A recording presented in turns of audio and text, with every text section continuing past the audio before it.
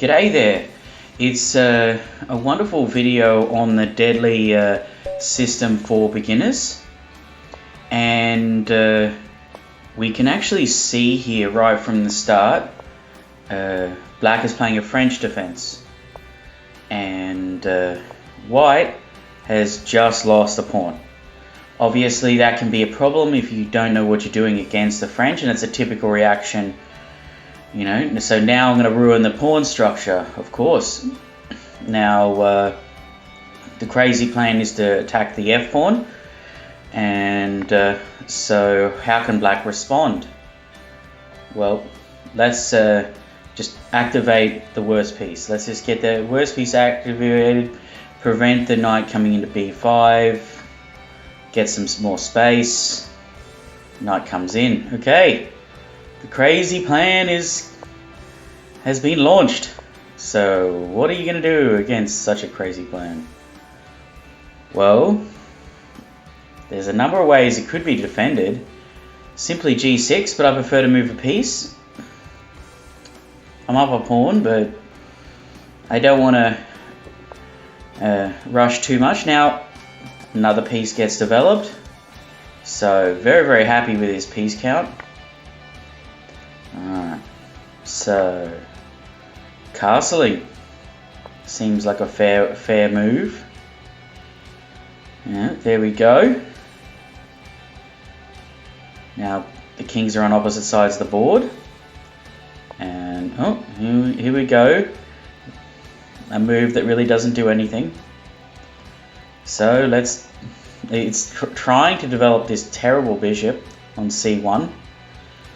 Now, unfortunately for white's about to just give me a piece, but what they don't know is I'm actually recording this as a video and I'm trying to use this as an example. Now, if you're a beginner and you've used the French defense, you can see here now, yep, there goes the loose rook. But do I attack it? No.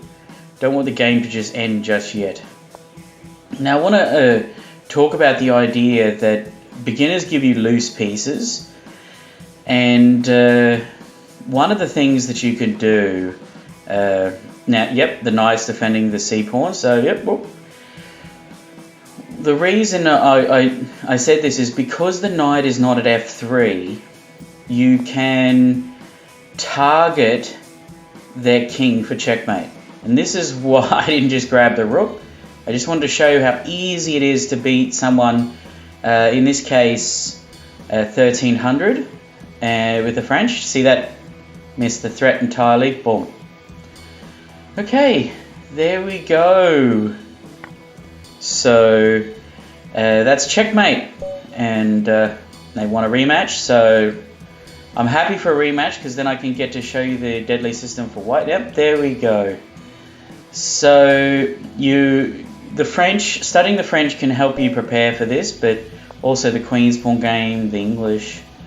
Now, b3 is a good strong move here, even c4, yep, there we go. The difference is, in this position here, oh, now, did you see I ruined the structure, but did you see the pawn to d5, forking the two pieces?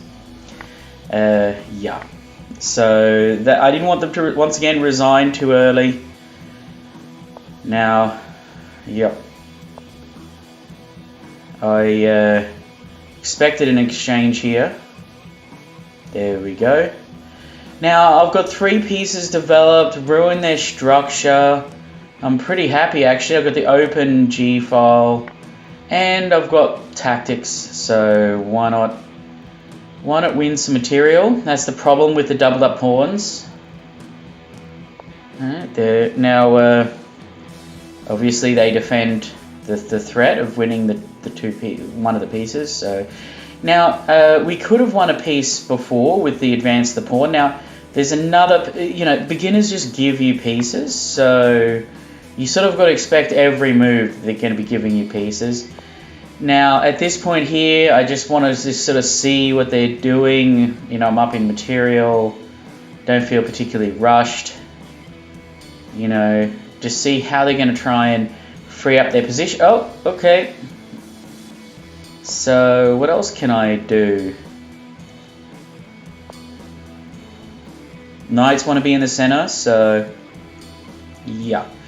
Okay, now my rook is active, and also the beautiful thing about it is beginners just play in. I'm predicting that the knight goes to g4. You know, that's the prediction. I mean, where's that knight gonna go? Really, seriously. So there we go. Now, where am I gonna go? All right, why not go back? Restrain that dark square bishop. These are just base. I call these basic harassments. You know, you're just immobilizing. You know, the beginners could play, you know, knight to b4. Oh, there we go. The knight sack, which really doesn't do anything. Now I've got both knights in the center, so particularly happy about that. Now he gives me a piece. And oh, that's one piece. So I'm like, okay, I don't want you to resign too soon. I do want to checkmate you.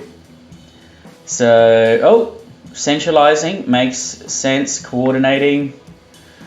So now I feel like my opening phase. Oh, there goes the free piece. No, don't take it. You won't resign. Just wait. Oh, so lops off one of my center knights. Let's take with the rook, see what happens. Maybe I'll... Oh, no, I didn't get to win the rook. Now I could have taken with the pawn and keep the threat, but I want to keep good structure. I've got 3 pawn islands, and they've got 3 pawn islands. And now I'm just trying to hang on to my pawns. Yeah, bad move. So we got 3 pawn islands each. I'm trying to attack the weaknesses of those pawns. Also, the back rank's really weak, so I want to checkmate. Now, this move doesn't stop the back rank checkmate. You would think it's like a mouse slip, but it's not. Nah, the bishop still controls the square, so that's it. Okay, there you go. There you have it. So when you're playing, when you're actually playing, the secret is to examine each move. If they're 1500 or less, examine each move and make sensible decisions. And there you have it.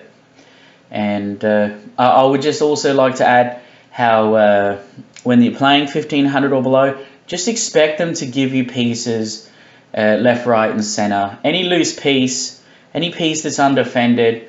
Also, we saw in both those games with the same fellow that the deadly opening system, French for black or Queen's Gambit decline, depending on how they play, or you can play Queen's Pawn game.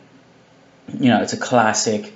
You've got a strong structure, or you could play, B3 systems, English opening, or reverse French. So it's very, very simple as a beginner, and I'll have more videos like this where we discuss 1500 and below. And I just want you to just sort of see how easy it is, and if you just keep capturing pieces, they just resign. So I hope you appreciate that you got 2 checkmates there, and one taking advantage of the lack of the knight, and the other was the weak back rank. All right, and obviously that beginner thought that lifting the pawn, made a difference, but really didn't. All right, take care. Bye.